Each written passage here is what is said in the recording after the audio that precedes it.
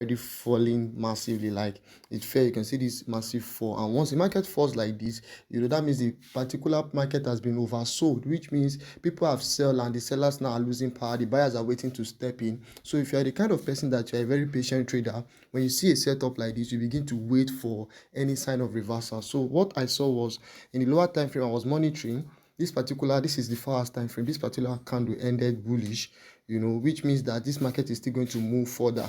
This could not mean that we are going to be in an uptrend or whatever, but for temporary move as a scalper, I know this is going to be up. So I jumped into the trade with just a little amount of money, right?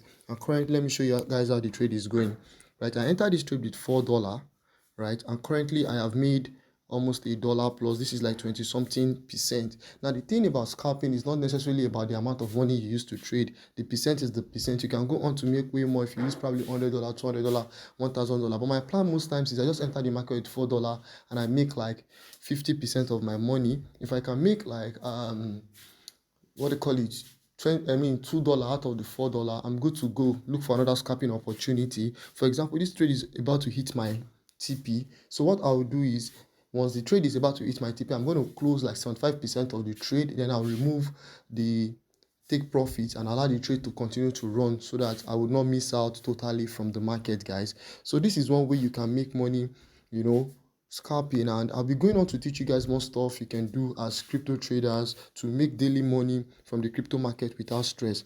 Now, one thing you should always do when you're scalping like this is always try to adjust your stop loss from time to time so that the movement of the market would not hit your stop loss, because crypto is very volatile. Look at this is the 1 minute time frame. You can see, let me go to the 1 minute. You can see the move that this particular coin is making. Just the same way it has moved with speed, it can fall down with speed. So all you need to do is to move your stop loss.